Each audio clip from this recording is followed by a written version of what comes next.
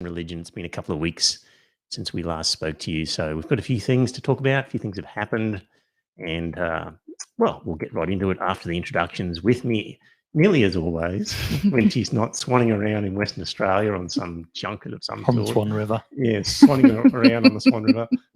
Shay, the subversive. How are you, Shay? Good evening. I'm very well. Thanks for having me. And Joe, the tech guy. Evening all. So, Shay, wonderful time in Western Australia. Sampled some wines, did you? Yeah, that's what I'd planned. I'd planned to go to the AFL Grand Final or at least the bar afterwards. But unfortunately, the police had other ideas. So I got quarantined for 14 days. Yes. So anyway. Qantas sent you there to work, and then Yes. turns out you couldn't work. You spent the That's 2 right. weeks studying. Cooped up. That's right. Okay. So anyway, Well, so it's going to take a bit longer to keep everyone safe and get this border stuff sorted. And then we'll have people moving around again. Well, I guess it wouldn't have been entirely surprising. You would have not have counted your chickens until you actually got out of the airport. Absolutely. The whole time I was just like, there's no way they're going to let me in. There's no way. That proved to be the case. That's right. In fact, they let you in. In fact, I was like over the moon. Yeah. So the police said, yeah, come on in. Yep. And just get tested day 11. And then, missed a phone call from them to say, so actually, no. You didn't get past the luggage carousel. No. They started phoning you. Yeah. Said, I might have made it, but I was in my uniform and I was changing in the bathroom to go to the pub. Yep. Yeah. So if I'd left the airport in my uniform, I might have made an escape, but no. So anyway, no pub, no adventures. Right. Yeah. Okay. Sat in a room. Very good. Well, you're refreshed. Now, last week, didn't do a podcast. I'm going to do a book review, and I just didn't. It's a really important book, and I didn't feel that I'd studied it enough and was able to give it a good enough sort of explanation. So Less is More by Jason Hickel. That will be next week. And it's very interesting because it gives a nice little history of capitalism. Basically, when we're looking at renewables and the climate change, he's really saying we've got an obsession with growth in the West, and that even if we get all these things sorted, the just continual growth that capitalism demands means that jobs and growth. Well, yes, that we're going to have problems. So he gives a really interesting explanation of how capitalism is addicted to growth, and that if we continue to just grow, then we'll still have problems with our climate, etc. So that will be next week. Hello in the chat room, Dire Straits and Bronwyn. Bronwyn, you're still in quarantine. Fingers crossed, not too much longer. So also, in other news, so you might remember last year we had our Black Mass for the Noosa Temple of Satan, which was held at the J, Noosa sort of community hall, and tried to rebook it this year, and they said no because of the abuse that we received from Christians. From loving Christians. We called our staff all sorts of names and threatened them with all sorts of things. So because of their actions, we're not allowing you to book the room again. So the only response to that is to protest in the streets. So the plan is that we will be getting a permit for a street march where we will be marching up and down Hastings Street Saturday night, the 30th of October, and people will be dressed up. Not just a street march, it's a Halloween celebration. Well, it's a protest about what's happened, and we'll incorporate parts of the Black Mass ceremony as part of the protest. And then we'll all decamp to a pub afterwards. So that will be interesting. If you're in the Noosa area at all, Saturday the 30th, it will be quite an event. I'll be there. Yeah. Got my outfit worked out. Can't tell you what it is, but it's pretty good. I think it's going to be pretty good.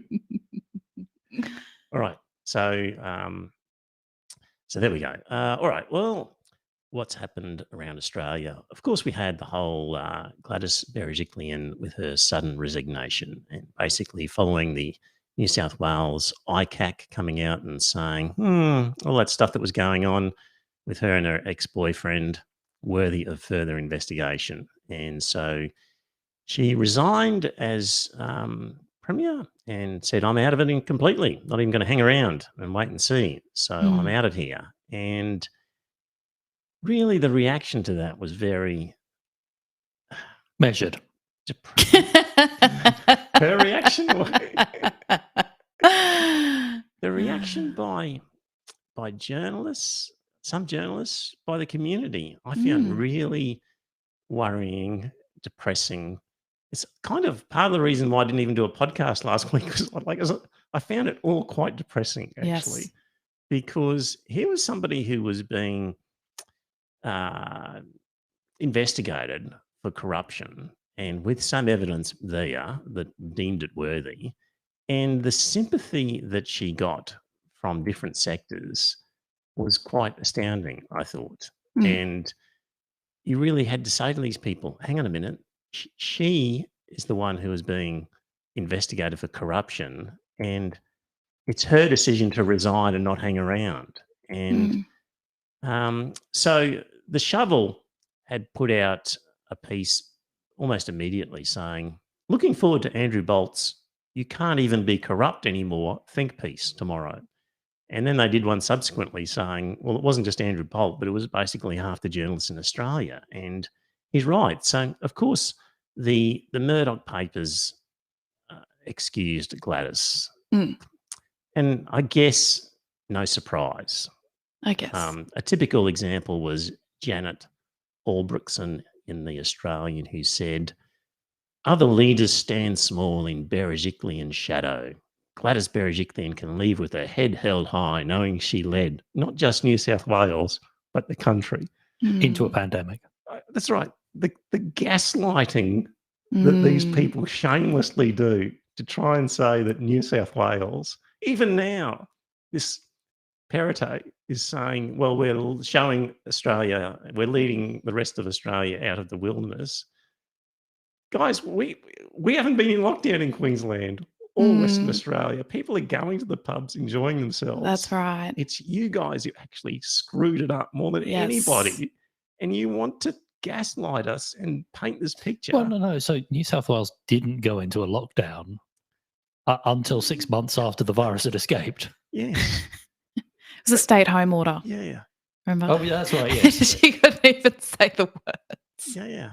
So, shortly after her resignation, maybe it was the next day, was the Sunday Mail. And the front page of the headline of the Sunday Mail was bagging Anastasia Palaszczuk, saying something about her handling of the pandemic.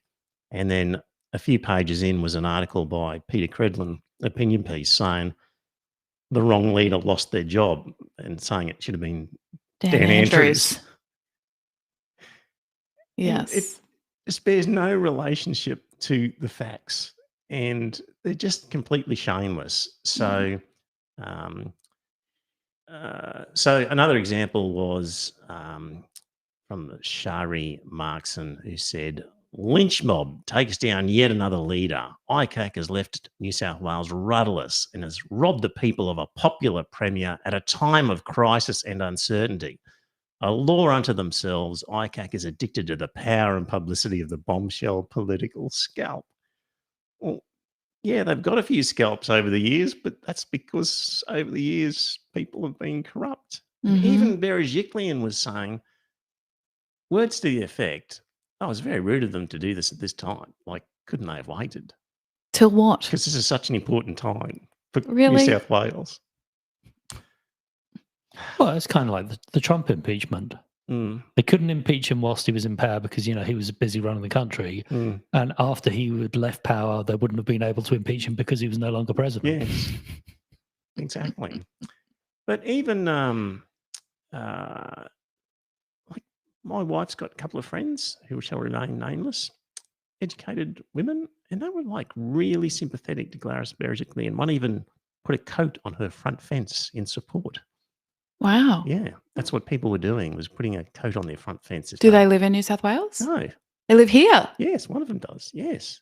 And they're very sympathetic to her.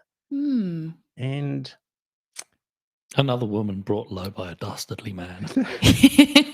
Well, there is a bit of this sisterly sympathy. Yes, there is. Where they have not looked at this rationally and coldly and calmly, and have applied a different standard to a sister. Is that what's happening here? It's not so much that she is being held accountable for these allegations. It's that so many men aren't. Right. So that might be where the sympathy stems from, where she's actually been, has to resign. Doesn't have to resign, but chose to resign, chose to, face the consequences more or less, depending on that's just how it was framed, certainly. But I mean, even as I'm saying it, I'm like, well, I don't know, this is balanced. I can hear my own bias, but I can't help it. It's just. Yeah, but in New South Wales, they've caught men and men have resigned. Like, who's the guy with the wine bottle? I can't even remember his name. But there's different, basically, men. She's probably the first woman. I don't know the exact history of New South Wales corrupt politics. So, but there's certainly been enough men that it's not a picking on women issue here. Yeah. In ICAC's, what they've done. So, I mean, ICAC's not perfect. And there have been cases where some people have been investigated by ICAC and had their subsequently. So all ICAC does is investigate, and then they recommend that the police should prosecute. So there's been some people who have been investigated, and then a recommendation that they be prosecuted, and then the prosecution's failed quite miserably. Yeah, that happens. There's going to be no perfect system. That's a pretty good segue though, because as part of my white collar crime and corruption unit, I came across this reading that was, it's 2016, but here are some good suggestions to kind of hone and finesse ICAC. So one of them is the Commonwealth should appoint, this is for federal level, but they could be applied anywhere. Commonwealth should appoint an independent parliamentary ethics officer. The Commonwealth should appoint an ethics officer. So somebody you can go to talk in confidence about certain situations or particular potential conflicts of interest. Instead of an ICAC? No, as well as. Oh, okay. So imagine Gladys has found herself in love, right? Yes. She's also seriously looking at giving Wagga Wagga $5 million for whatever the camp was. Oh, yes. And she actually has somewhere to go to hash this out where it won't be used against her later. Okay. And she can actually discuss the ethics and what she should do. And the ethics guy or girl might say, you should disclose that straight away and you should absolutely step away from this. That makes sense. That makes sense, right? Yes. So if you actually are serious about the injustice Gladys has faced, then these are the types of things you put in place. You have structures, because what we're finding is that politicians aren't necessarily exemplary humans. They are just humans. Yes. So the other suggestions were a handbook for not just public servants, but for the general public, which I think would be important too, because I think that part of all of this media stuff is they're actually mirroring public sentiment, which they're seeing on Twitter. Yes. Right. Yeah. And that's partly because a lot of the general public aren't paying a high level of interest into the goings on. So then they're all shocked and surprised that Gladys has to go. Do you know what I mean? Some training. I like this. Yeah. Yes. And then finally, all of the existing major integrity institutions must be given budgetary security. So you know how we discussed that Gladys started taking the funding from ICAC. Yes, yes. So we've used an example here of defunding of the Office of the Australian Information Commissioner after the Senate refused to pass legislation abolishing it. So they just cut the funding instead of pass legislation. So what we should put in place is they're given budgetary security and only the appropriations can be adjusted by Parliament. So it'd be three structures we could put in place to make the system fairer. Yes, that's good. So that came out of your course as what? Yeah, who so came up with these ideas? It's the Mandarin's free daily newsletter. Oh, I'm a bit concerned of the source, but right. No, I like the idea of training, and I like the idea of somebody you can go to. Like, for example, with the Law Society, they said, if you have an ethical issue, we have someone you can talk to and just bounce an idea off or whatever, and it won't be held against you. A little bit like the seal of the confessional operating in this case. Like, you can confide in somebody and say, I better not see this in the Sydney Morning Herald, Yes, but yes. I can remember one. They gave an example of this solicitor who was about to enter into a romantic relationship with a client, and he was seeking advice. And they joked that by the tone and urgency in his voice, it seemed like it was a very urgent response that he was requiring. He was on a promise. That's right. Yes. So, but yeah, that makes sense. Yeah. So I like that. Let's see if they take it up. So The comparisons, though, with Perrottet and Scott Morrison is we don't have a federal ICAC. Indeed. Yes. You know why we don't? Yes, because they don't want to pass it. They're scared of what they'll find. Well, according to this tweet from Aaron Dodd, it was because Scott Morrison, he said, I talked to Jenny about this. She has a way of really clarifying things. And she said, why would you create a federal ICAC? I don't want to be a prison wife. So that might be why, against Jen's recommendation, perhaps. Yeah.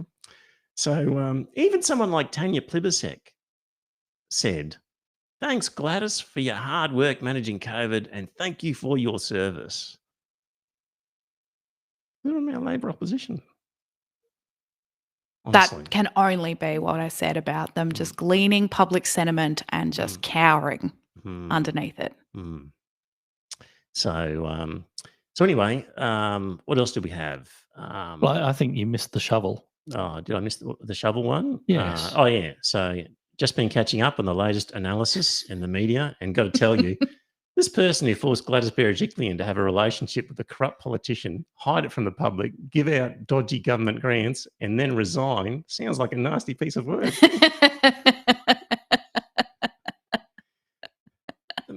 Honestly, the shovel and the chaser and the Batuta advocate sum up these issues that we face in 10 to 20 words so well, so often compared to major media outlets. Yeah. Yeah. So what do we have here?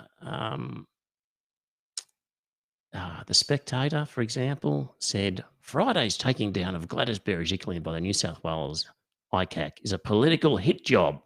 Not your typical party political hit, but a deliberate, calculated decapitation of the New South Wales government by an unelected body determined to prove it's bigger than any mere politician.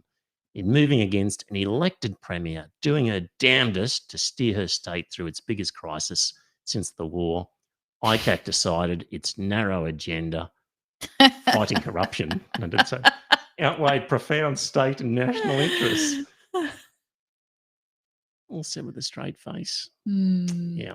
So Essential Poll came out with some stuff today, and it said, to what extent would you support or oppose the establishment of basically a federal ICAC? And total support 78%, total oppose 11%, and that's been consistent for a number of years that they've done the poll. In terms of age groups and sex, it's a large majority of all demographics would support a federal ICAC. Stronger support amongst those aged over 55 and Greens voters, and no surprise that coalition voters were the most likely to oppose a federal ICAC.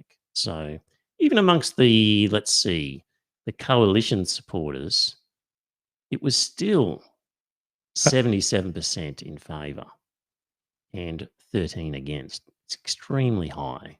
So must be hard showing your face at the moment being a Liberal supporter, surely. Surely even they must be thinking it is time to clean this up. Well, I'll just say Labor's just as bad. Seriously, it's true they will. It's like, yeah, they are. It's the 9% of Greens voters who oppose it I'm wondering about. Yeah. Thinking about Gladys Berejiklian's resignation, which is closer to your view? The first is it's made me more supportive of a federal ICAC, and the other one is it's made me less supportive of a federal ICAC. And 47% say that the treatment of Gladys makes them more supportive of a federal ICAC, and 21% say the treatment of Gladys makes them less supportive of a federal ICAC, meaning she was so hard done by, they feel that they don't want that to happen in the federal sphere. Come on. One other possible explanation is the optics. So, I mean, she normally is not unkempt, and the day she came out and announced it, she did look very like a victim. Yes. You know, whereas a man might have faced it with some, you know, stoicism, or could be some gender socialization at play. Pretty stoic though. Do you reckon? Yeah, she didn't holding back tears. No, she didn't look. They didn't look. Her eyes didn't look moist to me. She's a hard nut, I reckon. Anyway, that might be a possible explanation for the telling thing in that last one actually is the unsure, 32%. That just means a lot of people have no idea about any of it. What's interesting is that 54% of men were more supportive, but only 40% of women. Right. So they obviously feel that she's hard done by, I think. Yes, that's right. So this resignation of Gladys, correct, made women not as strong in their support of a federal ICAC. There we go. Right. So our new leader, the new leader for New South Wales. The good news for New South Wales. Rub your hands together. You've got a brand new premier. And doesn't he look good? Dominic Perrottet. All of our premiers are Palaszczuk, Perrottet. When you've got an awkward name, just add an A at the end of it. Yeah. Shay. Well, I was going to say, old Anna's name doesn't spell Shay. Ray. Yeah. So there was a photo of him because of the sort of acceleration of the Freedom Day that he brought forward. Him and a few of his colleagues standing in a bar having a beer, and it's a very blokey scene. And if you convert it to black and white, it looks very 1950s. And, you know, daylight savings just come in. And so I think New South Wales have moved their clocks forward an hour and backwards 40 years. That's the way it looks to me. So, I mean, people joke about Queensland being full of hicks and all the rest of it. And New South Wales, when I look at this photo and I look at your new leader. VAD before New South Wales. Yes, indeed. So, not a good look, New South Wales. No. Pull your fingers up, pull your fingers out, and pull your socks up. Yes. Yeah. So, what we've got, for New South Wales, they've got a Pentecostal Prime Minister and a hardline right-wing Catholic Premier. But not Opus Dei. Well, not openly and not admitting to it, but he was brought up in a school run by Opus Dei. Yes. Okay. And he would have had a lot of spiritual teaching from Opus Dei ministers. And so no, he's not, you couldn't say he's Opus Dei, but they're a very secretive bunch. They are. And it's one of those ones where, of course, you're going to deny your Opus Dei because that's the whole point of being Opus Dei. So what we're saying is he's not a universal Unitarian. He's not what? Universal Unitarian. So in America, when you're an atheist, but you can't be an atheist, you have to go to a church. Okay. It's the church you go to. Oh, right. Okay. Yep. So who knows? But he's got some views which we'll come to, which are quite conservative in terms of social things. And he's also got some economic views that are just so neoliberal. It's probably the most worrying thing about this guy. So let's talk about... he's willing to sacrifice a few New South Wales people on the altar of... the pubs. Yes. Of the economy. Yeah. Yes, indeed. Yeah. So let's have a look at some of the things that he has said. So he's definitely a member of the conservative right-wing faction of the Liberal Party. He opposed the marriage equality bills. He opposed a bill requiring priests to disclose child sexual abuse. He voted against the introduction of safe exclusion zones outside abortion clinics. He voted against abortion decriminalisation. Wants to stop welfare payments to women fleeing domestic violence, as this allegedly contributes to rising divorce rates in single parents' families. He did a shoddy job managing the ICAC programs, which cost New South Wales $3 billion, left workers without compensation. He blames the welfare system for declining birth rates and family breakdown because if you've got a welfare system, you don't need kids to look after you in your old age. Quite literally, that's the thinking there. There's no incentive. Stated, quote, "There's no incentive to have children if the state will take care of you in your old age." He, of course, has 6 kids and he's one of 12. With any luck, they'll desert him in his old age. Right. That's right. You need to rely on the welfare state. Exactly. And he praised Donald Trump's election, saying it was a victory for people who have been taken for granted by the elites. None of that looks good. No. Taken for granted by the elites like Donald Trump? Yeah. New South Wales, how did you vote this guy in? Oh, wait, you didn't. It just happens, doesn't it? Yes. Yeah. Bronwyn says, I'm wondering whether the assisted dying legislation in New South Wales has any chance of getting through with the new leadership. Apparently, he has said it's going to be a conscience vote. Who knows? Some people have suggested Is that like the conscience vote that we had on abortion up in Queensland? Yes, I wonder where if you actually did exercise that vote according to your conscience, you'll get kicked out of the party. Yes. Who knows? Mm. Yeah, who knows how that will go. Interesting one. Didn't he need an independent support to form government? And that's why he's even... I don't know. I think they're running a minority government there. I'm not sure. Yeah. But some things I've read, people have said, look, he's toned down the social, moral issues a little bit in recent times. They felt. But I also heard that Gladys fell on her own sword so that effectively the Nationals wouldn't take over. Right. Because if she was standing aside... then the deputy, Barilaro, right, would be Premier. Whereas if she resigned, a Liberal got to take Premier, the Premiership. Okay. Okay. So it was a smart political move rather than... Right. Okay. Yeah. Maybe we've got it wrong. I mean, maybe it's not so bad. After all, Rowan Dean in The Spectator says, it's not often these days that somebody who is a conservative, a Christian, and a contributor to this magazine ends up as one of the most powerful leaders in the country. So the news that Dominic Perrottet is now Premier of Australia's Premier State is to be warmly welcomed by all who value traditionalism, reason, and freedom.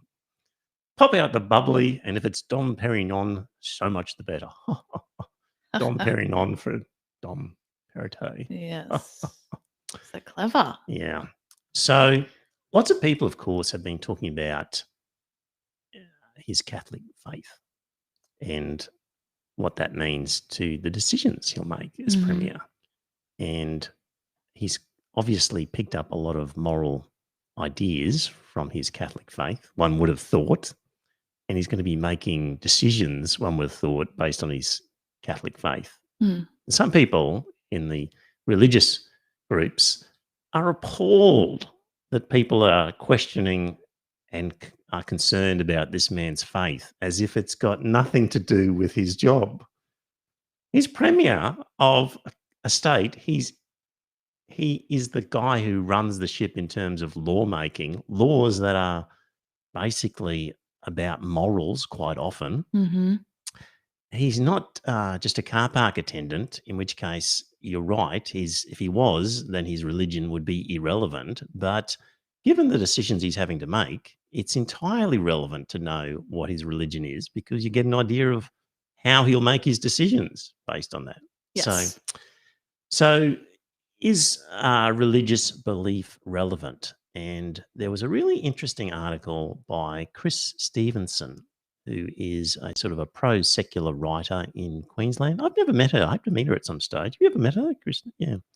So she tells an interesting story which sort of exhibits why this is important, religious belief, in terms of people who are not just decision makers, but also just commentators on decision making. So there's a Melbourne emergency doctor, Stephen Parnas, who has become something of a social media celebrity during the COVID-19 pandemic. So he's been tweeting about his direct experience with COVID patients and encouraging people to get vaccinated.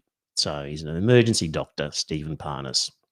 And this week, our symbolic hero of the pandemic was told he was just plain wrong about the subject of faith and power, and he spat the dummy. So this guy, Dr. Parnas, vented his frustration that people were making an issue of Perrottet's devout Catholicism. And Parnas tweeted, "I can't believe we're back here. Assess any MP on their politics and policies rather than in their religious beliefs." So there's a researcher, Ronnie Salt, was quick to respond and say, "Oh, dear listener, swear words coming up. Keep the kids out of this on this episode." So Ronnie Salt says, "How fucking dare you? How dare you sit up there on your privileged hill of male superiority and tell women not to discuss powerful men's religion? How fucking dare you? Powerful religious men use their religion to undermine the rights of women every day." Good point. Parnas dug in. He said it was an ad hominem attack. He referred to the tsunami of responses he'd got from women. And then in a fit of pique, he announced his departure from Twitter. Time to leave this cesspit behind for a while. So, and the classic response to that is, "This is not an airport. You don't need to announce your departure." That's it. That's it. Don't let the door hit you on the bum as you leave. So Chris Stevenson says, Parnas no doubt was also upset by my contribution to the discussion because she had tweeted to him, it seems, "Why didn't you disclose the fact you were arguing as a fellow committed Catholic? Why don't you disclose this when you're arguing against voluntary assisted dying? It matters because truth is, no matter what safeguards were in place nor how effective, you'd still oppose it because of your faith." Yeah. So because you have hardline faith, it's coloured your thinking on this issue. Mm-hmm. You should have disclosed your Catholicism, Mr. Parnas, about these issues. I don't see people commenting on Dan Andrews' faith. Because I comment on it all the time, and I say, but you are the rare outlier. Yes. Because to most people, they don't care what his faith is because it doesn't seem to impact his decisions. Yes. His decisions are made for the good of the people of Victoria, not the good of his fellow faith believers. So his decisions are actually often contrary to the interests of his faith. Correct. So that's okay. Well, because you go, clearly he wasn't influenced by his faith in a way that was contrary to the ultimate decision. But where people make a decision in alignment with their faith's requirements, then you have a problem. As we'll get onto with Perrotte, there's a situation with the running of cemeteries in Sydney where independent public service groups have said we need to amalgamate all these cemeteries and have them run by one organisation. Guess what? The Catholics don't like that. That's right. Because they lose power and money. Well, and also, where would they hide the funds when they're being sued by sex abuse victims if it isn't in the cemeteries? Indeed.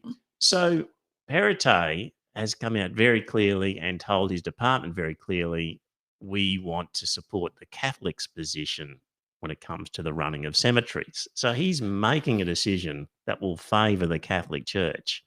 So it's important we know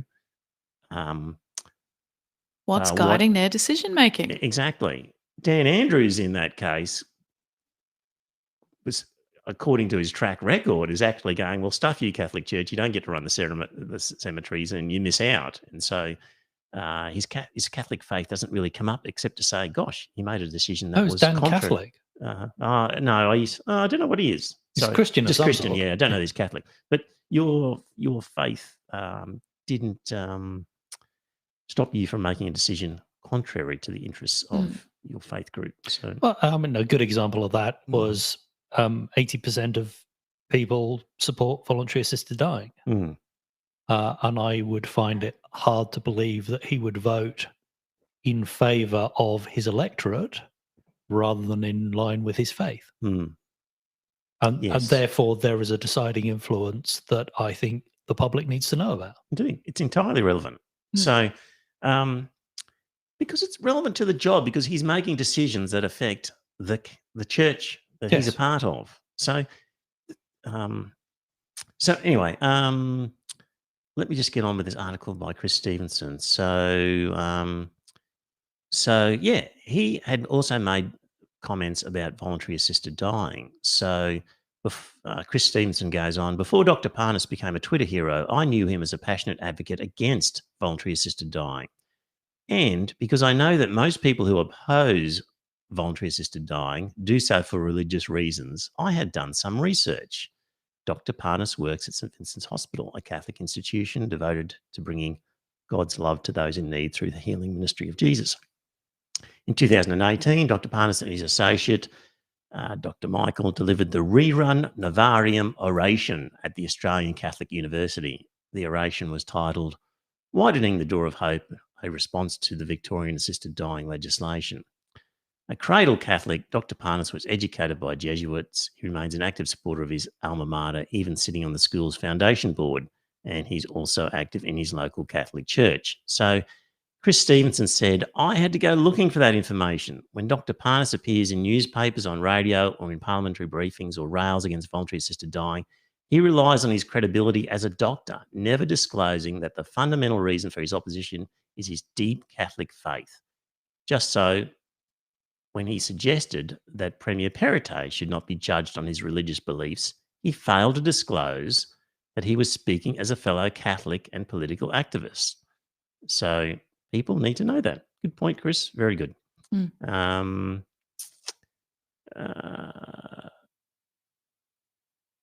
She goes on, and I think there's other examples that she gave in relation to somebody else who was talking about marriage equality and claimed to be a person of no particular faith, but she smelled a rat, investigated, and sure enough, they were religious. So good article on why we need to know. And I think hard to argue. And yeah, I've got a link to the article about the cemeteries. And well, you know, I think we don't need to know about what businesses politicians are involved in, because obviously that's their own personal business. And why is it any concern of ours? You'd never say that, would you? No. So, yeah, indeed. And let's face it, these groups are businesses. Yes. These church groups are running businesses. And so he may not be a shareholder because they don't have shares, but he's as good as a shareholder in these groups. So. And you remember the dual nationality case with the Catholic Church? Yeah, with back in the 50s? Member of dual nationality with the Catholic Church back in the 50s. I think it was. So you remember the scandal a couple of years ago about the Section dual nationality 44 and whether you're a member of the... And so it went to the High Court because they said being a member of the Catholic faith, effectively their allegiance is to a foreign country, which is the Vatican. Yes. Yep. So back then it was recognised that an allegiance to the Vatican was a conflict of interest. Did the High Court actually say that? It didn't say that, right. I think, but certainly it was worthy of going to the High Court. It was worthy to go. Yeah, it was raised as a concern back then. Yeah. So, no, we need to look at his faith, and let's see what he does in that regard. Now, more worrying, I think, is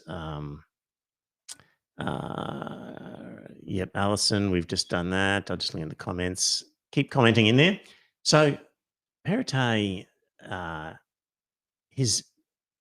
Incredibly, I think his neoliberalism is going to be more of a worry for New South Wales than his religion, I think.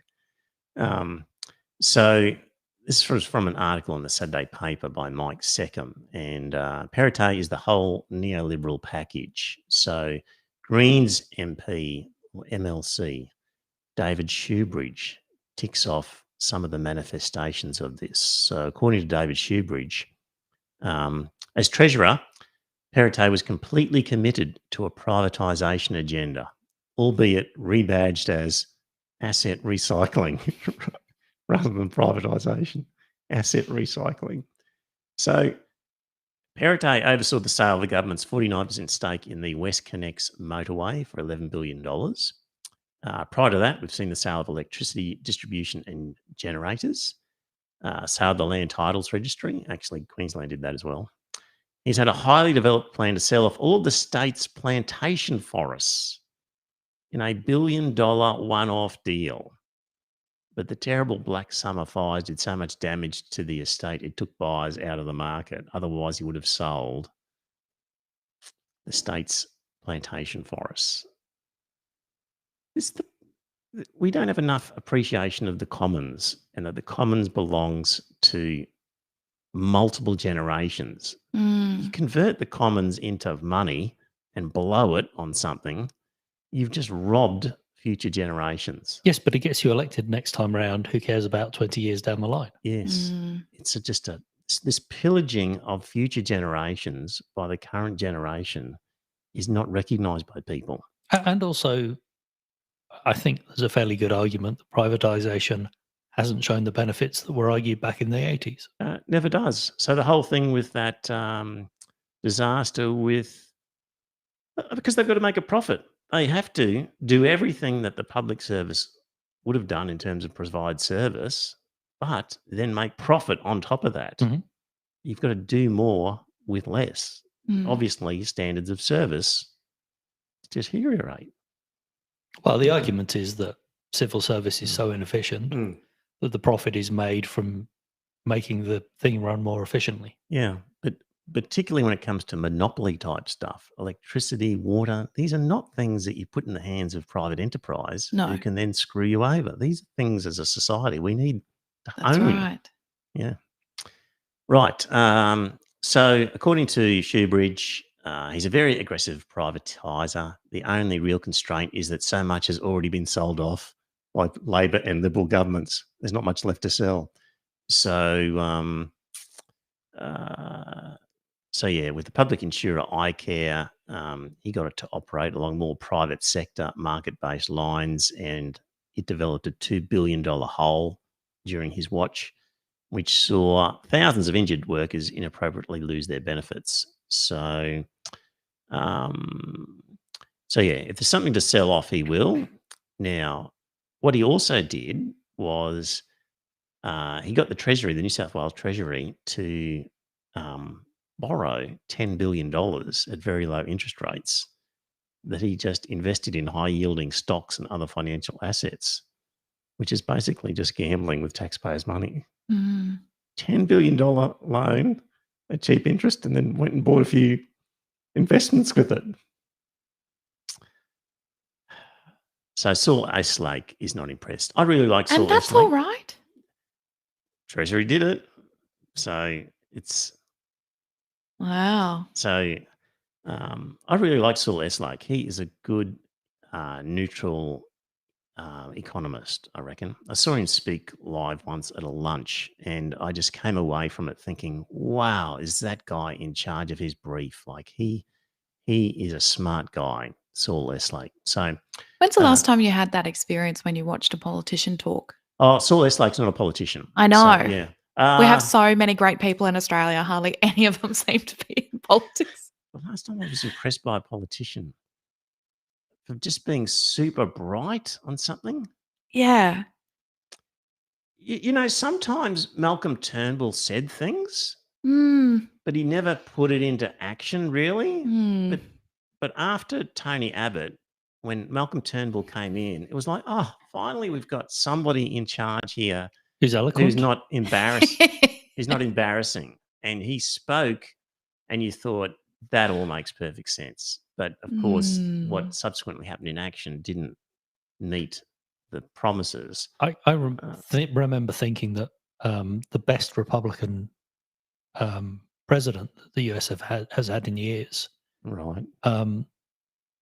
was Obama. Yes. He was all words. Very eloquent. He was incredibly eloquent. It's true. But he was a right-wing politician. Yes. Yeah. Indeed. Yep. Indeed. So, in terms of one in power who was impressed as being totally over their brief, let me think about that one. Okay. But can you think of one? No, No. Not lately. No. Maybe not since Penny Maggie. Wong. So, I don't know about. Yeah, Penny Wong maybe does seem Okay. to be across her mm, portfolio. I don't know Yeah. about impressed, mm, but certainly. mm. So, what else has Saul Eslake got to say about Perrotte? He says that's a risky thing to do. Although one thing he's looking at doing is, Wouldn't go like Iceland then. what about Iceland? Oh, they put all their money in. No, sorry, it was the UK councils that had put all their money into the Icelandic banks that went Right. collapsed during the financial crisis. Yes. But the Icelandic people actually were the only ones on the planet who really took on the managers in charge of those banks Yes. and punished them. Really said, we're not going to let that happen again. Mhm. So, yeah. They were, But it was, governments gambling with money. yes. Yeah. Anyway, so Saul Eslake says that's dangerous, although Perrotte wants to change the GST formula. He says Western Australia is grossly overpaid, and Saul Eslake says, fair enough, they are, and that's a good point by Perrotte. So he says, yep, that's a good point. Also, what else does Perrotte want to do is currently there's a lot of stamp duty on land transfers. And he's saying we should get rid of the stamp duty on land transfers and instead put an annual land tax on everybody, including dwellings that you own. So rather than collecting tax on the transfer of property, just collect it on owning property. Makes sense? Yeah. And Well, like apparently, rates. like rates, but a government rather than a state government bill rather than a local government bill. Yes. Yeah. Land tax. There's currently land tax in Queensland and other states, but you have to have a significant amount of property that is not principal place of residence. Then you start getting a land tax bill. Right. Happy days when you can get a land tax bill because you mean you're Gotta doing give money. because you're doing all right. Because you're doing all right. Unless you're the federal government. Yes. So Oh, because they don't get any of that. no, other way round.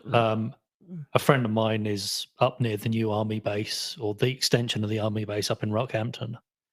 And apparently there's a whole load of farms have been resumed Right. to extend the army base. Right. And the local shire has lost $2 million of rates a year. Of course, because it's now owned by the federal government who won't pay rates. Yes. That's it. Yes. There we go. So it was a huge hole in the budget. Interesting. Also, Saul Eslake says nearly all economists agree that's a good idea. Get rid of the transactional stamp duty, put in a annual land tax. I thought there was a talk of putting in stamp duty on possibly share trading to try and stop speculative trading. Oh, lots of people put it up as a good idea, but I've never heard any government actually. Right. But I mean, was there a reason that you have stamp duty on land was for a similar reason? I don't know. Or just because they could? It was just easier. I don't know the history of it. Right. Yeah. And I don't know. Shares probably did have some sort of transfer tax at some point, but not sure. And of course, the other reason not to is because stamp duty is paid when you have cash in hand. Yes. Whereas a land tax, you may actually be asset rich and cash poor. Yes, that's right. It's a risky, bold move if he does it. So, but he seems to be a bit of a risk taker. I mean, he's happy to take a risk with the state's finances on that loan. So, interesting character. Not his money. So, yeah. Well, this is the thing, isn't it? Yeah. Okay. So voluntary assisted dying. There's an independent, Alex Greenwich. He's going to put up a bill, and Perrotte has said it's going to be a conscience vote. So that will be interesting to see how that all pans out. By the way, voluntary assisted dying in Victoria, how's it been going? And it's been in effect for more than 3 years in Victoria. And there's a report from Victoria's Voluntary Assisted Dying Review Board. And it says during that time, 836 people have been assessed as eligible for voluntary assisted dying. 674 permit applications were made. 597 permits were issued. Not sure what the difference is there. The big important number is 331 people have died from taking the prescribed medications in Victoria. Not a huge number, but No. kind of what you'd expect, really. Yeah. One every 3 days. So there we go. Dan Andrews is going to bring in secular qualified mental health practitioners in every government secondary school, as opposed to Chaplains. who have to be from a religious organisation. Good on you, Dan Andrews. Yes. Did you see the story about the artist Jens Harning? So he's a Danish artist. Just a little light change of pace here, dear listener, from all this depressing stuff. This is somebody fighting back the system. Yes. So Harning created 2 artworks in 2007 and 2011 where he affixed banknotes onto a canvas as a commentary on the average incomes in Denmark and Austria, respectively. And the Kunsten Museum of Modern Art loved them, and they offered him the equivalent of $3,900 to remake both of those canvases. So they provided him with $115,000 worth of cash to put on the canvas, and they were going to pay him basically $3,900 for his fee. And when they unwrapped the canvases, they were met with 2 completely blank canvases titled "Take the Money and Run." So the art gallery, or whatever it is, Museum of Modern Art, they're suing him now, but he doesn't care.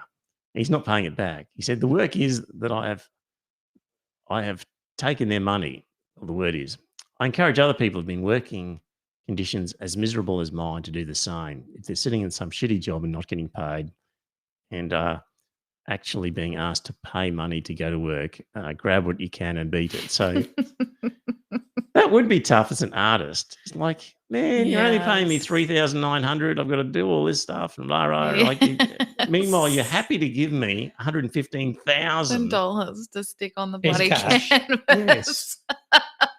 You would actually have the money in your hand and look at the canvas and go, what am I doing? New idea. Yes. Take the money and run. Yes. And you keep an eye on the messages for me, Joe, if you can. Alison and Bronwyn are having a good chat in there. So,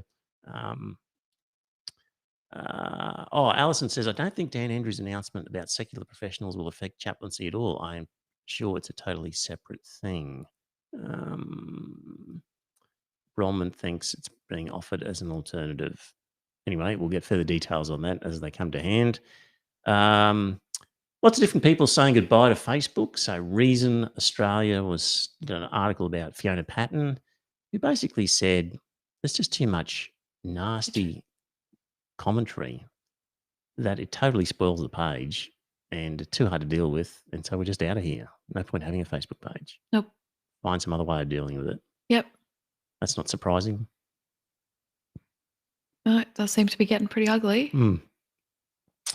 There's been no resolution yet of the whole thing with people making defamatory comments that the owner of a page... Facebook took themselves down for a while, so... Facebook took themselves down, right, yes. Solved that problem. Yes. But the government does recognise that it's up to them to change the law on that one. So they're trying to get the states to agree to something on that. So that's going to be a legislative solution to that one. Here's stories of people going missing, and searchers are sent out looking for them. So there was this guy in Turkey who went missing. I heard about that, yeah. And he'd been drinking with some friends and he wandered into a forest. And when he failed to return, he's out in the forest and he's going, Jesus, I'm lost. He sees this group of people walking along and he says, I'll just tag along with these guys and eventually I'll be led to, out of this goddamn forest. And he's walking along with them for about half an hour or so. Then they start calling out his name. And he says, I'm here. What? And they were a search party looking for him. I actually have a similar story. Really? Yeah. We went to a beach on Jersey, which was down the side of a cliff. And we came back and we picked up the car in the car park on the main beach towards the end of the afternoon. And we saw the lifeboat go out. Oh, right. And we went down to have a chat with them. And they said, oh, yeah, apparently there's a family stuck in the cove around there and the tide's coming in and we're really worried about them. And we go, that was us. We climbed up the side of the cliff. There's a footpath up the side of the cliff. At least you didn't join the search party in the boat. I wept with laughter when I saw that. So and then you're in the boat. Joe! Yeah. What? Oh, it's me you're looking for. Yes. Yeah. That would have been funny. Jessica Rowe. So she has a podcast. I think it was a podcast. I mean, who doesn't have a podcast these days? That's it. That's right. When you tell people you're on a podcast, they go, everyone is. Well, I'm lucky. I seem to be an age demographic where Right. it's still pretty rare. Right. So, There you yeah, go. It's because people are impressed. you hang out with old people, That's right. old white men. Hence you're on a podcast. I usually leave that part out. Anyway, she had a podcast and she had, she's obviously trying to appeal to a leftish type of audience, I think. And she made the mistake of inviting Pauline Hanson onto the show and doing a bit of a soft interview, I think, because Pauline talks of love, raising kids and why she keeps going. But a lot of people tweeted back at her saying, what the hell are you doing giving this woman a platform, essentially? And she then contacted her bosses and said, can we drop that podcast and delete it because I've felt the heat from all this. So what do you reckon, Shay? Is that cancelling, or is it anything to be concerned about, or you got any thoughts on her succumbing to the backlash from the community? No, I just think Grace Tame lands her communication with a real clang. Yeah, and I just think she's super, super powerful. And I don't remember the exact quote, but it came out almost immediately after Rose. And it was just like, sometimes when Grace talks, even for me, who I seem to think I'm pretty up to date, it's like being slapped across the face. It's so obviously, impactful that Jessica Rowe was doing this. So I think Jessica Rowe bowed to pressure. Fine. She should have maybe prepared for some backlash. You're going to have Pauline Hanson. Pauline Hanson's made a career out of being controversial. But I was think never just going to slide through, was it? I think it's important not to see people with opposing political views as monsters, which is what happens when you isolate them, when you don't hear them. And in some ways, it is important to realize that these are real people who might be misguided, but still think they are doing the right thing. I think it becomes a lot easier to come to bipartisan agreement. And the problem is we are too divided. We see the other side as the other, and we don't sit down and talk to them. I guess the counter to that would be that Pauline Hanson has plenty of opportunity to demonstrate to people her humanity. So if she hasn't managed to do that in the forums that are offered to her already, why take up space on a forum for her Because if she's showing it in a forum, it's necessarily going to be a right-wing forum that the left-leaning people aren't going to hear. Okay. This to me is a little bit like George W. Bush. Has been on a lot of programs post his presidency where they've gone soft on him, and there's been almost a rehabilitation of George W. And he's a nice guy, he's an ex-president, and we'll forget all that stuff about the Middle East and just going soft on him. I sort of think, why? He's had his chance to put his views out there. Grace Tame, let's see what she said. She said, "This is how discrimination and hate is subtly enabled and normalised. Everyone's entitled to their own view, but not all views should be valorised by promoting their source. Pauline doesn't need to be heard, but those whose oppression she's both driven and reinforced do." So that was Tame. What's her first name? I've got her first name. So isn't it Grace Tame? Grace Tame. So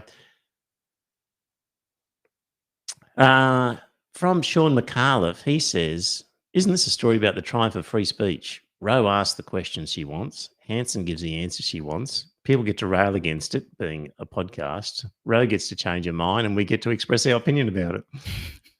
I suppose it's working. Yeah.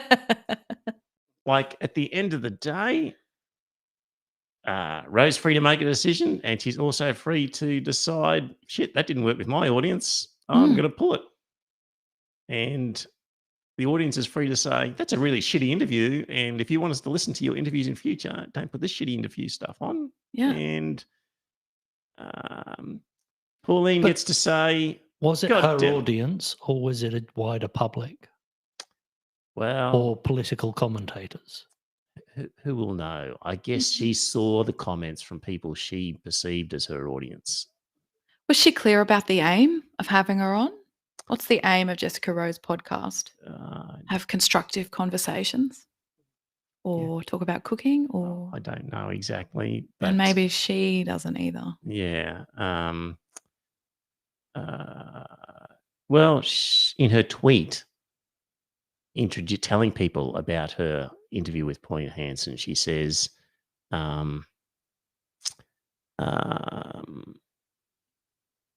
let's see. So I didn't talk anything about her life in politics, but delve into her life outside of Parliament. And she talks love, raising kids, and why she keeps going, Rowe tweeted. So it's basically saying a look at the human side rather than the political side of Pauline Hanson.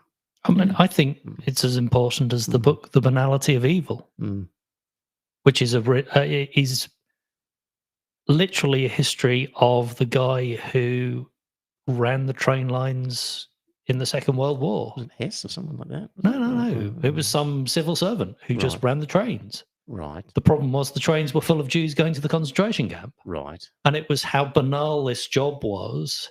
And yet this man literally transported or was involved in transporting millions of people to their deaths. Right. Was that when he was in the dock at the Hague or whatever it was? I thought that was what The Banality of Evil was about that.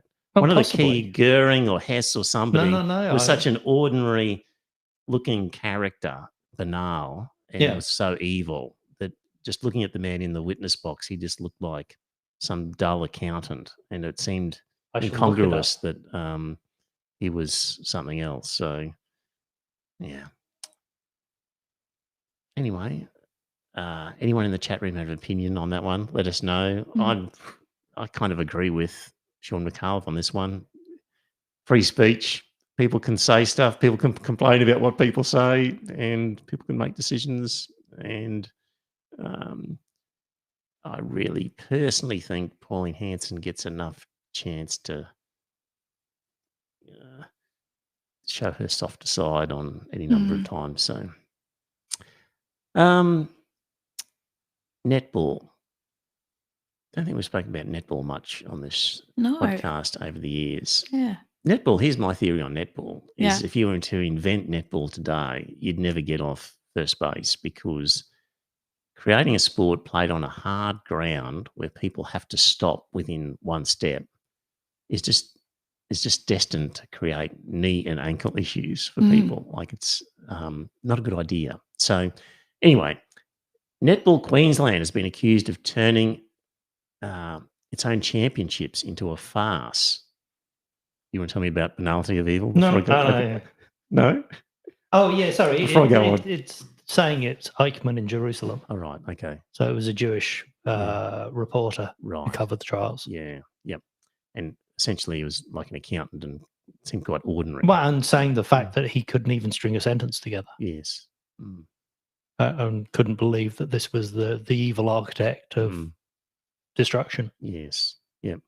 Well, there's a lot, Pauline Hanson can hardly string a sentence together. Well, there is that. The analogy's starting to work. I'm starting to see the analogy here, Joe. Starting to see. Okay, back to the netball. So Netball Queensland accused of turning its own championships into a farce. Essentially, they allowed an under-17 all-boys team to compete in the under-18s championship, and the boys essentially thrashed them. And the crowd got quite irate watching it, and nasty comments made from the side. And they don't have a state championship for boys due to player numbers. So they won their 7 games by an average of 29 goals. And the closest contest came in the semi-finals when they beat the opposition by 23 goals. So,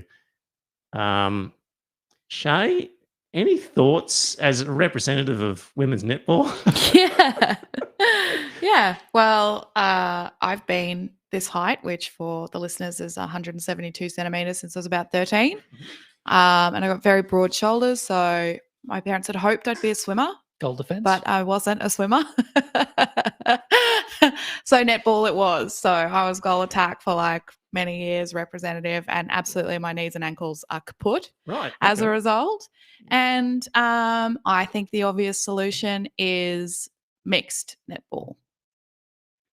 There was a boys' team played against my daughter, under 14s, I think. Right. A couple of years ago. Same age? So under 14 boys against under... Yeah. Yep. And they play an incredibly different game. Yes. It's just watching them, having watched girls play time and time again, to watch an all-boys team on the court was so different. Yeah. They... Over a third, those types of rules. They were just, I don't know, they were more physical. Yeah. I'm not pushing each other because it's a no contact, but they were more aggressive in the way that they went for the ball. They just played a very different game. And it is, I don't know what the answer is, because obviously they have to be able, and maybe, as you say, mixed. Yeah, well, certainly I always played with girls until I was 17 or 18 and then did mixed netball.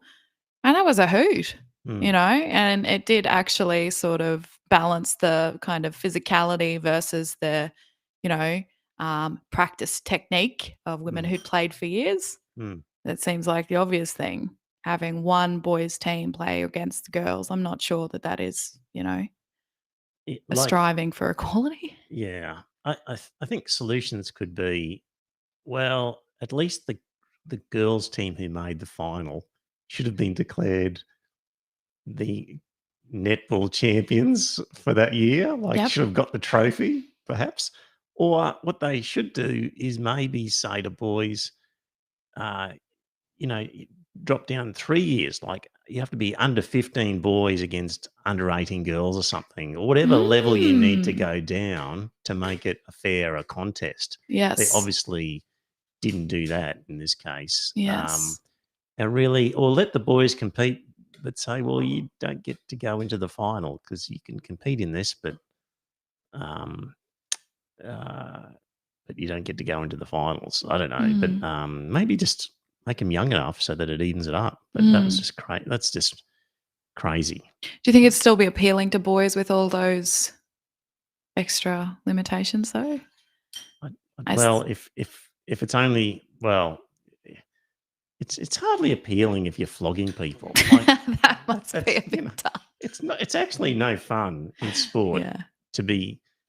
I've played winning all the time. Competitive squash for years, and if you're in the wrong grade and you're killing everybody, there's no fun in that either. No. So you want, and that's what they should learn. So, I know that the professional teams play against men in their training.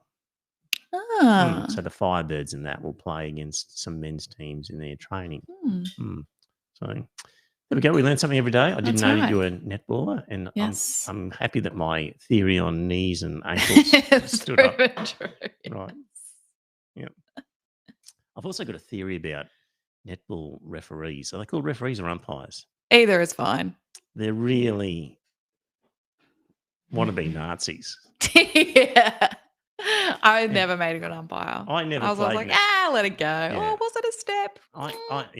And particularly you see them in mixed netball. I've never played mixed netball, but I've watched a little bit with my kids at different times, or just caught it. And where there's guys who have obviously never played netball before, and they're in a mixed team, and they've got that ungainliness about them, the umpire will pull them up on a stepping call that just isn't there because they just don't like the look of this ungainly guy. And they just love blowing that whistle. They're shockers. They love blowing the whistle. Yes. I think they take it upon themselves to be fairer, like especially for the taller, leaner ones, because even though they are standing 1.5 meters or whatever, 3 feet, they look like they're up nice and close. So they take it upon them, so they take their job very seriously as umpires. Yeah. If I had a son who was looking to start a relationship with a netball umpire, I'd be very be warning him against it. In terms of the knees and ankles, I believe it's the sudden stop. It's the no travelling rule. Yes. Yeah. That I heard from a physiologist is actually very, very hard. Yes. And in fact, in professional netball, they have to learn how to stop correctly so that they can stop without doing the damage. And it's the kids long term, if they don't get that training, end up with major damage. So I've played a bit of frisbee, so ultimate disc frisbee, and when you're running and you catch the frisbee, you are allowed to take 3 or 4 minor steps, like just to pull up. You don't have to do it within 2 steps. Like if you're running flat out in a certain direction, you catch the frisbee, there's no rule about a precise number of steps that you have to pull up in. It's just you try and do it in what is a reasonable amount of pull-ups time. So I haven't seen that game. There you go. Yeah. So you have to look that one up. I will. So you have to run. It's parallel to each other, or kind of like a field. It's like how would you describe it? People are spread out. Yep. And so there's no offside, so you can throw the frisbee way forward. And when somebody catches it, they then throw the frisbee to somebody else way forward, and you score like a touchdown in an end zone is how you score. Yeah, it is a really good game. Yeah. So you catch the frisbee and take You get a 3 or chance 4 to- whatever necessary steps, depending on how fast you've been running. There you go. Right. There was an article in the Quarterly Essay by Lech Blaine, and I've got a bit of an edited extract here. So it was titled The Larrikin Myth, Class and Power. And he says, Scott Morrison, a Pentecostal rugby union fan from the eastern suburbs of Sydney, plagiarised the identity of men like my father. The career politician reinvented himself as ScoMo, a rugby league-loving everyman from the Sutherland Shire. Why would a white-collar toff camouflage as working class? For power. Australia is divided between cosmopolitans and parochials. The cosmopolitans, well-educated and affluent, are concentrated in Sydney, Canberra and Melbourne. Parochials are located on the fringes of cities and in the regions and are far less likely to have a university degree. Professor Megan Davis says, class is the last taboo. Clever progressives buy into so many negative tropes about poor and uneducated people, and they would do it to no other group of marginalised people. And this writer says, my brother John comes from the underclass. In 1985, his biological parents were sent to Boggo Road jail for kidnapping. John was placed into foster care with my publican parents in Rosedale, on the outskirts of Bundaberg. University was never for him. He became an unskilled labourer before working as a bartender. John beat all the obstacles in life to become a successful car salesman and a loving father. Nobody in his social circle attended university. Unlike our dad's generation of Labor voting Larrikins, John's vivid lived experience of Australia's class system inspires him to vote for the Liberals. John Howard deployed the symbols, values and vernacular of working class culture to attract jilted battlers from Labor's blue-collar base. Scott Morrison won the 2019 election by pretending to be a Howard battler. And his brother John says, every human being just wants to be respected. So when you come across someone who doesn't judge how you look or talk and who doesn't care if you have a university degree, it's dead set one of the nicest feelings in the world. And says here, the contempt he feels emanating from progressives isn't an anecdotal anomaly. At the 2019 election, Labor attracted an average swing of 3.78% in the 20 seats with the highest percentage of university graduates. So that was in Labor's favour, 3.78%, where there's the high percentage of university graduates. In the 20 seats with the lowest percentage of university graduates, Labor suffered an average of 4.2 swing against it. I'd never heard that statistic before. No. It's a really interesting one. Really interesting. So I've heard similar coming from the UK. That Labour has become a party of social justice and not the working person, the working man. So we've talked about this a lot over the years, but I'd never heard that statistic for Australia about that. There we go. The 20 seats with the lowest percentage of university graduates, and Labor suffered a swing against it, 4.2%. Interesting. That's really what Labor needs to be very aware of that if they're going to win. So he says here in this quarterly essay, Australia, a nation of self-proclaimed straight shooters, has been hijacked by a pack of fabricated larrikins and bona fide bullshit artists. I reckon that's right. For a quarter of a century, Australia's conservative establishment has profited from pitting working-class battlers against the inner-city elite, coal mines against universities, larrikins against feminists and gays, patriots against Aboriginals, Muslims and asylum seekers.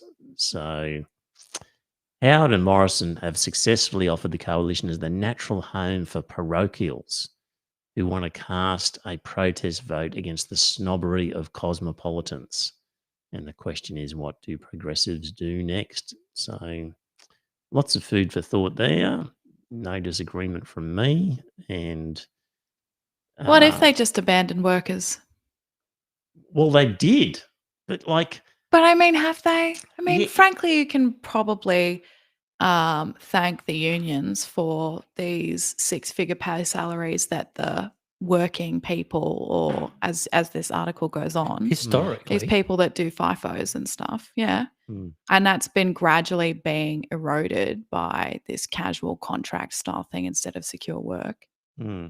So if they're really clear that they want to vote Liberal, and Dominic Perrottet is obviously, and his and the federal government of Liberal are not appealing to the women's vote, then maybe that's what Labor does. Wouldn't it be great if we had a party that was obviously appealing to women's votes? Yes, it would be great. And aren't we 52% of the Australian population?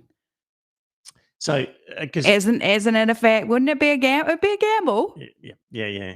So what you're getting onto is the second part of this article from Crikey. I'll talk about this and then we'll recycle back to where we are. So the second part from Crikey looked at this article in the quarterly essay and said that the structure of blue-collar workforce itself has changed with tradies at the vanguard. So over the past 30 years, many tradies have grown increasingly wealthy, likely to operate small businesses, likely to own investment properties.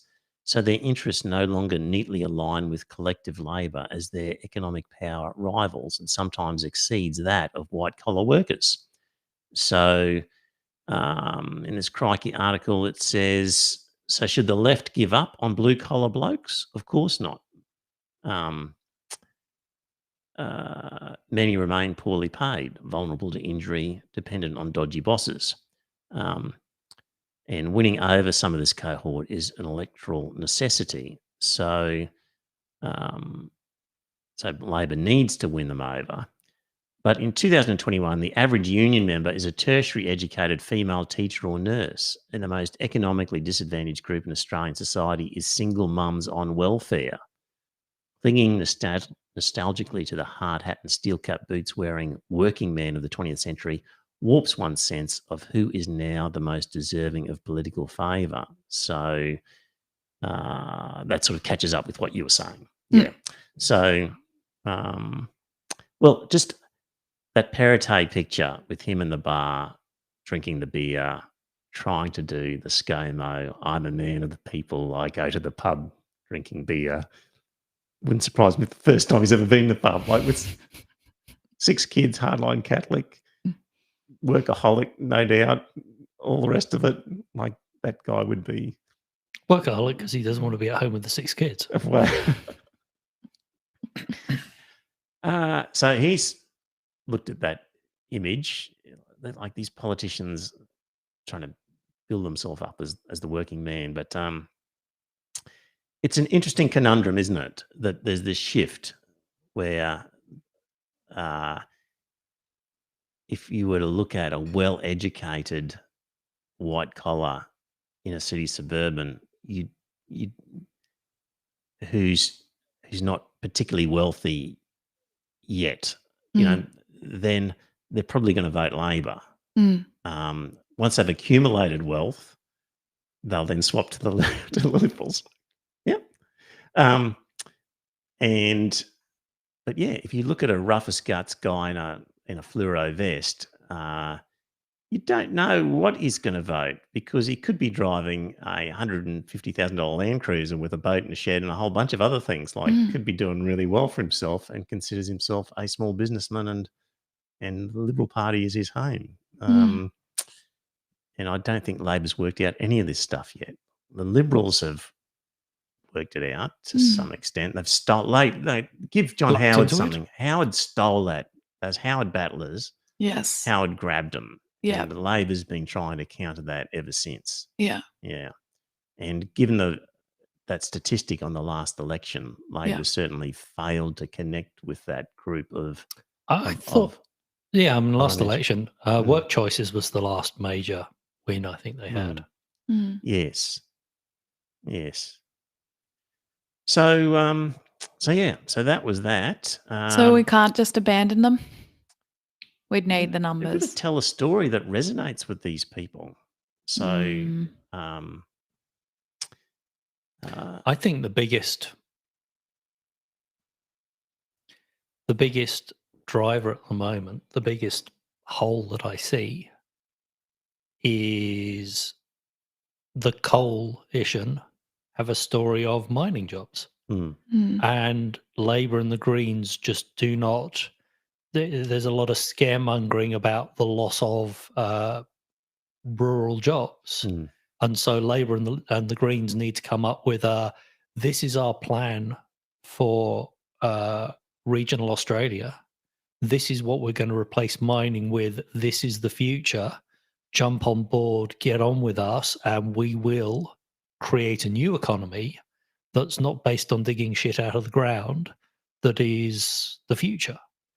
Yeah, but people could look at past experience with the auto workers and whatever else that we had when we had manufacturing, or and well, we're not going to support the car industry, but there'll be other work for you, don't worry. And then there really wasn't the work there. Yeah, but rather than So- making a promise of there'll be Yeah. other work for you, don't worry, Yep. is this is the work, Yes. we are going to fund it, this is the infrastructure we're going to put in place. Because people would be rightfully distrustful and Yeah. say, you abandoned us for globalisation. Essentially, that's what the Tony Blair, the Third Way, and the left jumped onto globalisation and said, well, we'll reskill our low-skilled people and find them other jobs to do, coding software and making computer games. And none of that happened. So people are going, well, I want to hang on for dear life to this coal job because I don't believe you. I don't believe you for a second that you're going to find me an alternative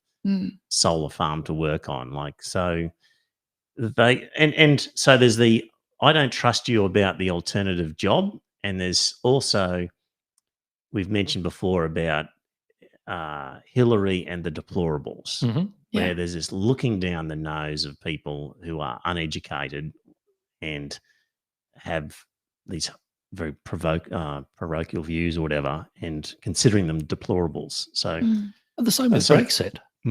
You know, if you're worried about immigration, if you're worried about people coming in and stealing your job, then you're a racist. Yes. Yep. Rather than, I understand your fears, they're misplaced and this is why, but not just treating people as social pariahs because they are afraid. Yep. And are we doing that here? Good point. So nobody's come out from the Labor side and said, you guys are a bunch of deplorables. Oh, I don't know. I got the feeling the Greens, with their trip up north at the last election, that's was a big up yours to the mining communities. Yes, and certainly. So I wouldn't say a leader of the Labor Party has referred to the uneducated class as deplorables, but maybe there's enough rub-off of other people saying who are educated and saying, well, if you don't believe in climate change by now, you're a frigging idiot. It would be enough of just that class, which is what the quarterly essay says, is that the educated left would never diss a black person, a gay person, a disabled person, but a dumb hick from the regions who doesn't believe in climate change, well, they're a dumb hick from the regions who don't believe in climate change. They'd be much more readily willing to insult them. So, I don't know. I saw a thing from UQ talking about biodiesel and said we could grow our diesel onshore. Right. We could do this in the regions. We could literally turn the coal mining areas into large farms of biodiesel. Right. Which would employ all these workers. It's an engineering job. It's a similar skill set. I mean, it's not a direct replacement, but effectively, we're still creating fuel. We're still, it's very much the same. It's a primary industry. I think there are the jobs there to swap those coal miners over into, but I fully understand that they don't trust. And I think we need to put our money where our mouths are. And say, this is the future. We are going to invest heavily in it. This is not just there will be jobs, a vague promise, but some serious, this is what we see as our strategy. This is the investment we're going to make. These are the commitments. Now, the question is, is it a core commitment or a non-core commitment? And, the problem is if all the renewables is being done by private enterprise, then it's hard for government to guarantee where any of this is going to happen. Yeah. So I think they've got to grab guys like Twiggy Forrest with his hydrogen plant or whatever and say to some district, well, it's going to be right here. That's where it's going. You move off there, you come into here. So, people need to see some specifics because they rightfully don't trust this magical job that's going to appear. And if we get in correctly at the base level, we can tax it so that all the profits aren't going to a big multinational offshore. And then they just need to say to people, ScoMo is a bullshit artist. He is not one of you. He is actually screwing you over. He's taking money from you and your tribe, and he's giving it to those arseholes in the finance world and wherever. So don't believe what he's saying. He's not on your side. Not only is he university educated, but it was a free university education. Was it for him? Yes. Almost certainly. Right. Yeah. So, that people need to understand you can't trust him. He's not one of you. He's just a bullshitter. Don't fall for it. Here's what he's done. Yeah, but he doesn't hold the hose. No, exactly. That's right. Yeah. But Labor just doesn't want to try and sell a story. It's all small target. As much as you say about the Mad Monk and the Budgie Smugglers, at least he did hold the hose. Yes. Let's see in the chat room.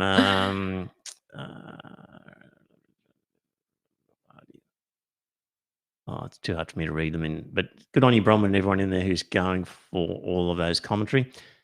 So, that's still, we've mentioned it before. We've talked about the deplorables a lot, and it's obviously still a Labor problem based on those statistics on the 20 seats at the bottom end and top end of university education and the way they went for and against Labor. That's a real concern that it happened. With the pandemic, there's a small chance that there's been more division again. One of my uncles, who shall remain nameless, has been a One Nation voter for many years. Right. But he also loves the Rabbitohs. And it seems like a long bow, but hang in there. No, right? I'm with you here. So he lives in Queensland. He got to see his beloved Rabbitohs obviously lose, but play a grand final here in Brisbane. And I will be looking forward to my next interaction with him to basically find out if with all this COVID, because he's quite a sensible man apart from his normal political leanings and all this COVID stuff, he probably would have got the shits with it. And then with that extra, so here's what I'm trying to say. There's a theme of xenophobia around one of my uncles. Yes. Which I think might have translated around the border controls. So keeping us safe, keeping the people out, and then getting to watch the Rabbitohs. He might now be a Labor voter. Right, because Palaszczuk was a pretty xenophobic about Southerners. She's keeping our borders safe. She's appealed to his xenophobic tendencies. I just think there Labor might be... Labor just needs to be more xenophobic. Well, I just think there might be a little bit more... a little bit more division, and it's not maybe not as simple as this anymore. Right. Maybe. Right. I'm an optimist. Yeah. Well, hang on, wasn't it Labor had the Pacific solution?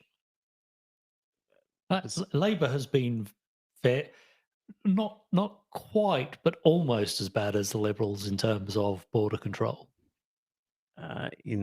What's Labor said about border control? Oh, historically. Oh.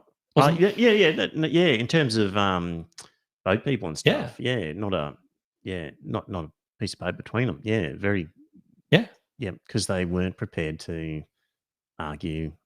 Well, maybe they just believed it as well. But like with all issues, it just seems to be a small target where they didn't want to. Well, I think it was. They couldn't sell it, so they didn't want to fight it. Very.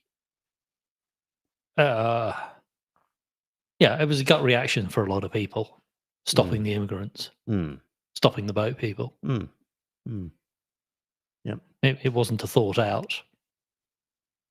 And I'm sure Labor went, you know what, we're not going to be able to persuade people on this one. Let's just roll over because we're just going to lose votes and we're not going to pick any up. So it's a vote loser. So we're out of here when it comes to this argument.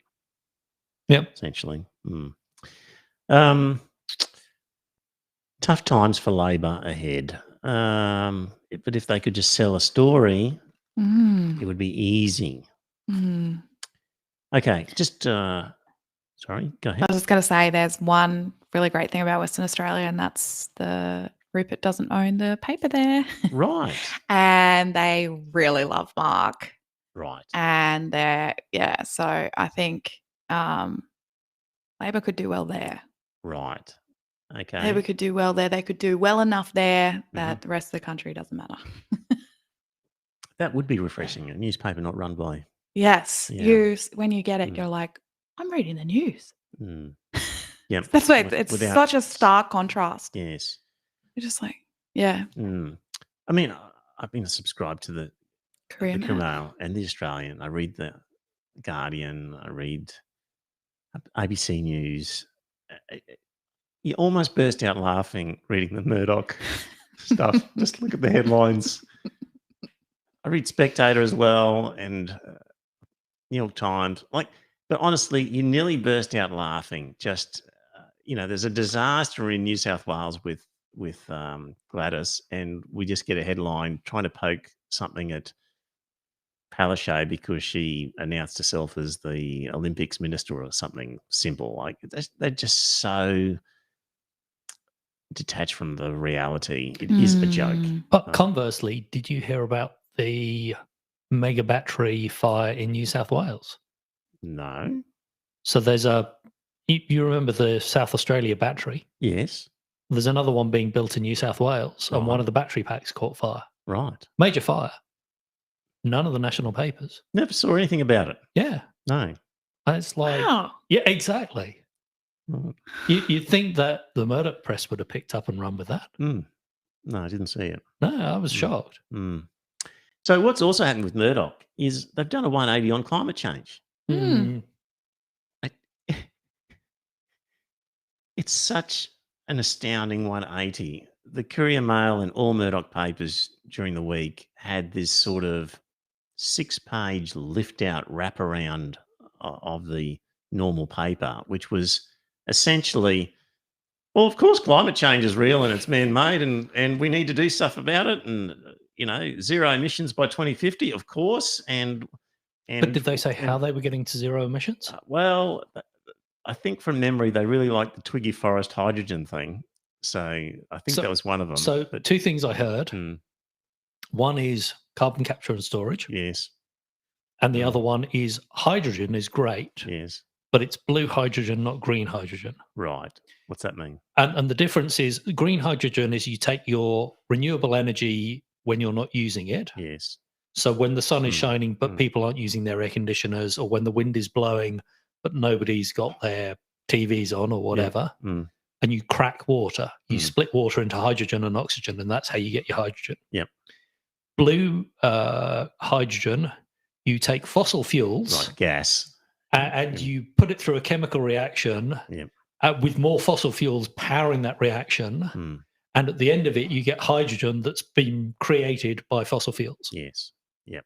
So you can create the hydrogen either renewable energy or fossil fuel energy. And at the moment, blue hydrogen is cheaper than green hydrogen. Right. Yep.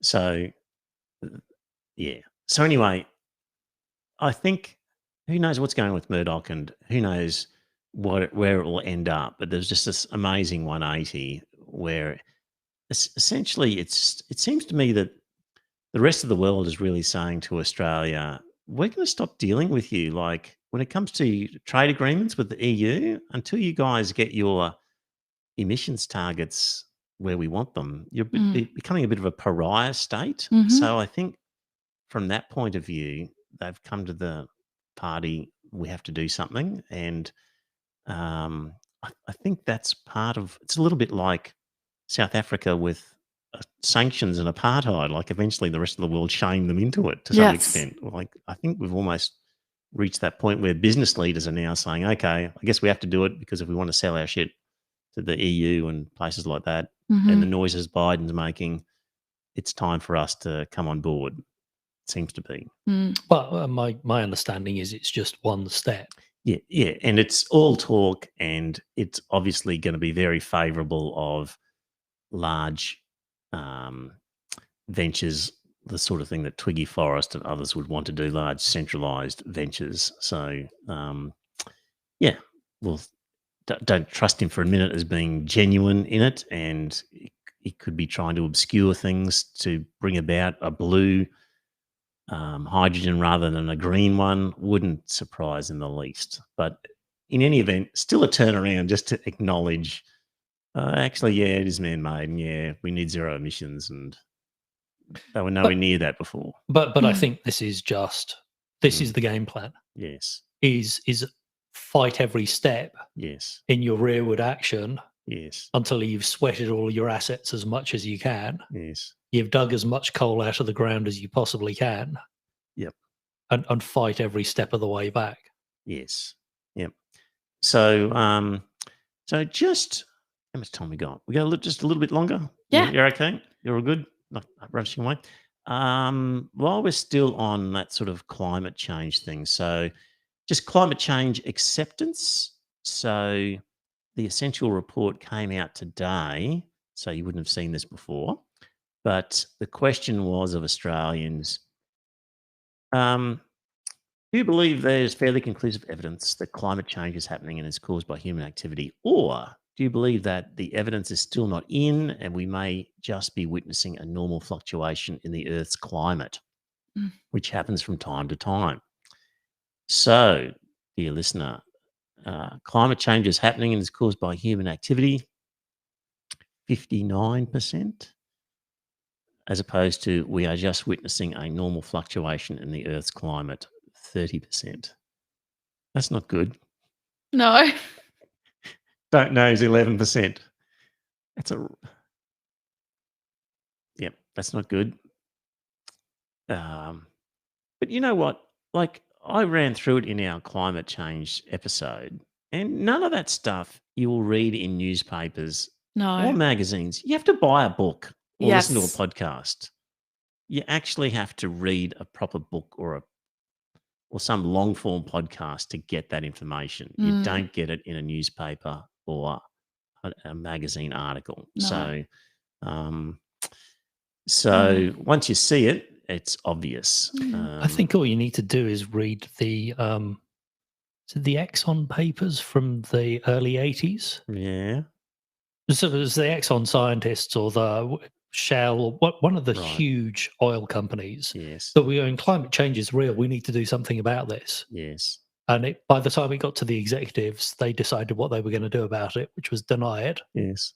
And pretend that it didn't happen. And then cook the books. And then cook the books. And take Arthur Anderson down with them. Yeah. But it was the whole, the scientists themselves working for the oil companies. So it's not that science isn't settled. The scientists working for these companies 30, 40 years ago knew that this was happening. This is just muddying the waters. But, what I presented in that podcast, I mean, you've heard every newspaper I access, none of that was in there. I had to go and buy a book and read about it. So, or a long form podcast of some sort would probably do it somewhere. I still recommend UQ did what's called Denial 101X, which is a short free course run by the university, which is how do we know that the Earth's climate is changing? How do we know that humans are causing it? And why do people deny that it's true? And it's the psychology. So it does talk about how we know that it's changing and how we know it's us. But what's really interesting is the political reasoning behind. Yes. The psychological reasoning behind. Tribal allegiances. Absolutely. Speaking of tribal allegiances, just in the breakdown of that 30% who said we're just watching normal fluctuations, the older you are, the more likely you are to think that.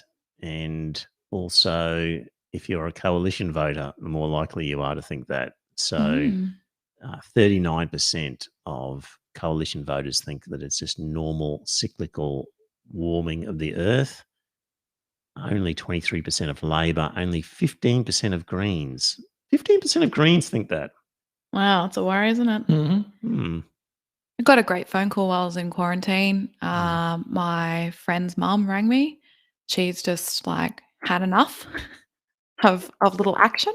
All right. So, and her, she lives in, for your listeners, she lives in the neighbouring suburb of Barton, which is a really beautiful, leafy suburb. So on Thursday, we're meeting for coffee and we're going to start an interest group. And then we're just going to try, I don't know, plant trees. We don't actually know what we're going to do yet, but we're just got to start doing something and then hopefully build momentum. Very good. Yeah. There might be a tree group already. I wouldn't even think so. Yes. Yeah. It might be even just, I've Googled it. I haven't found anyone specifically for Barton, but maybe in neighbouring areas. There is for the Gap. Is there? Yes. If she wants to go to Taylor Range tomorrow, Wednesday night at 7:30, there's a meeting of sort of Gap people for doing that sort of stuff. Cool. There you go. It's close enough. Yeah. Yeah. And I live in the Gap, so if she plants more trees and makes it beautiful. Exactly. Yeah. Or there'll be people who know about stuff in Barton. So exactly. So that's perfect. Thanks. That's good. Addressing climate change. Are we doing enough? Are we doing too much or not doing enough? Do you think Australia is doing enough, not enough, or too much to address climate change? Not doing enough, 42%. Doing enough, 31%. Doing too much, 15%. So either doing enough or doing... How can doing fuck all be doing too much? I mean, seriously. So either doing enough or doing too much is 46%, as opposed to not doing enough, 42%. More people think we're doing either enough or too much than not enough. Who is the more male and female is fairly even. Obviously, young people are saying not doing enough, I think. But they're also saying doing too much. Younger people, 18 to 34 group, doing too much, 19%, whereas the 55-year age group are saying doing too much is only 9%. That's weird. So the younger you are, the more likely you are to say doing too much. And of course, now it's getting just bizarre. Greens, green voters doing too much, 18%. And doing enough, 17%. So if Greens voters, 35%, either doing enough or not. I reckon some of these people are just trolling them, saying we're Greens voters. They're just pulling our leg now. I apologise, dear listener, for presenting this surely bullshit study from the Central Poll, because that's just wacky. Oh God, I hate God. That's just wacky. Speaking of wacky, Keith Pitt, Resources Minister. He wants Australia, the government, to provide a $250 billion loan facility for the mining sector in return for a commitment to net zero. Yes. A $250 billion loan. So... for where they couldn't get a private loan because those political activists are forcing banks not to lend money. Correct. Banks are not lending to fossil fuel companies anymore. It's nothing to do with the fact that fossil fuel is actually not economically viable and the investors are worried they won't get their money back. It's all those political activists. And the free market capitalists of the coalition want to tell the market what to do. Yes. So 250 billion is about 1/8 of Australia's GDP. Pitt's office was unable to tell Crikey how it came up with the $250 billion figure. And we asked Nationals leader Barnaby Joyce to explain, but he said it's a matter for Pitt. For God's sake. Is that Pitt the younger? Yes. I had a friend who commented on the I can't remember which particular scandal it was, but he said he was unimpressed by the way it had worked, and I said it worked perfectly because the LNP's aim is to transfer public funds into the pockets of their rich mates, their party donors, And in that case, it worked perfectly well. It did what it was supposed to do. Yeah, they're the greatest socialists. Yes. The nationals. Yeah. So, so David Littleproud has demanded the banking system be destabilised by withdrawing deposit guarantees for banks that refuse to fund coal projects. And Matt Canavan wants every Australian mortgage holder to pay what would be in effect a coal tax by locking out banks that refuse to invest in coal, thus driving up interest rates. These guys are completely nuts. Yes. There you go. That's part of that deplorables thing when we talk about guilty. But they are nuts. Well, what can you do when they are? They are. And how come, like, that's not going to suit mortgage holders or coal workers, is it? Oh, it's just, surely not. These are just crazy thought bubbles from some maniacs who we've actually got in charge of stuff. This is Resources Minister Keith Pitt.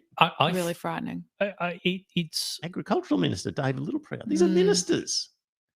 It's the politicians who are so keen to prop up a single industry in their electorates rather than working on diversity. Yes. So that 250 billion, according to the Reserve Bank, from 3 years ago, the current level of replacement capital expenditure, that is how much investment is needed to continue to dig up the same amount as currently being produced, is around 10 billion, 5-year period.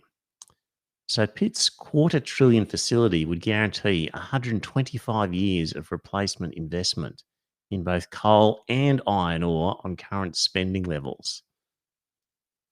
125 years of replacement investment. It's just completely nuts. But these guys are in charge. Goodness me.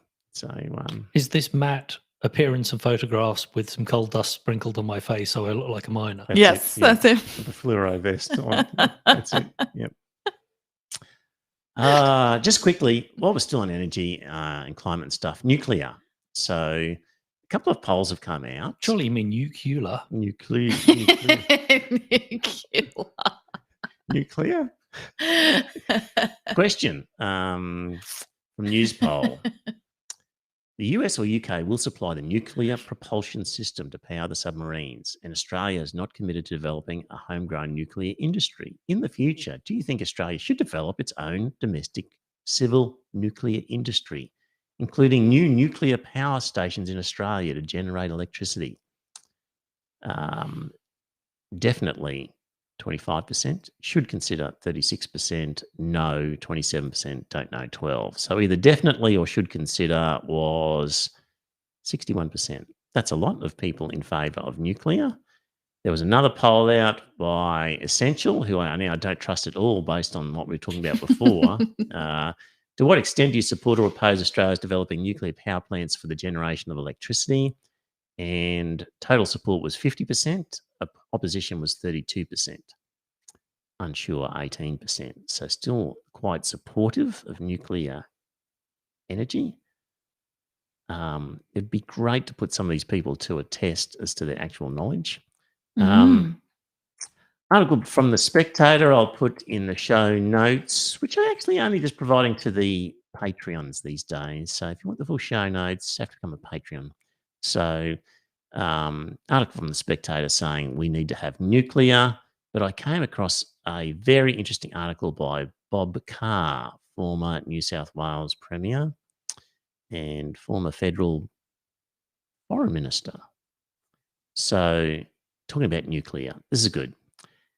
The industry, the nuclear industry, lacks a single example in a Western country of a new power plant being built remotely on time and budget. According to World Nuclear Industry Status Report, 94 plants were to come online across the next decade, but 98 get decommissioned.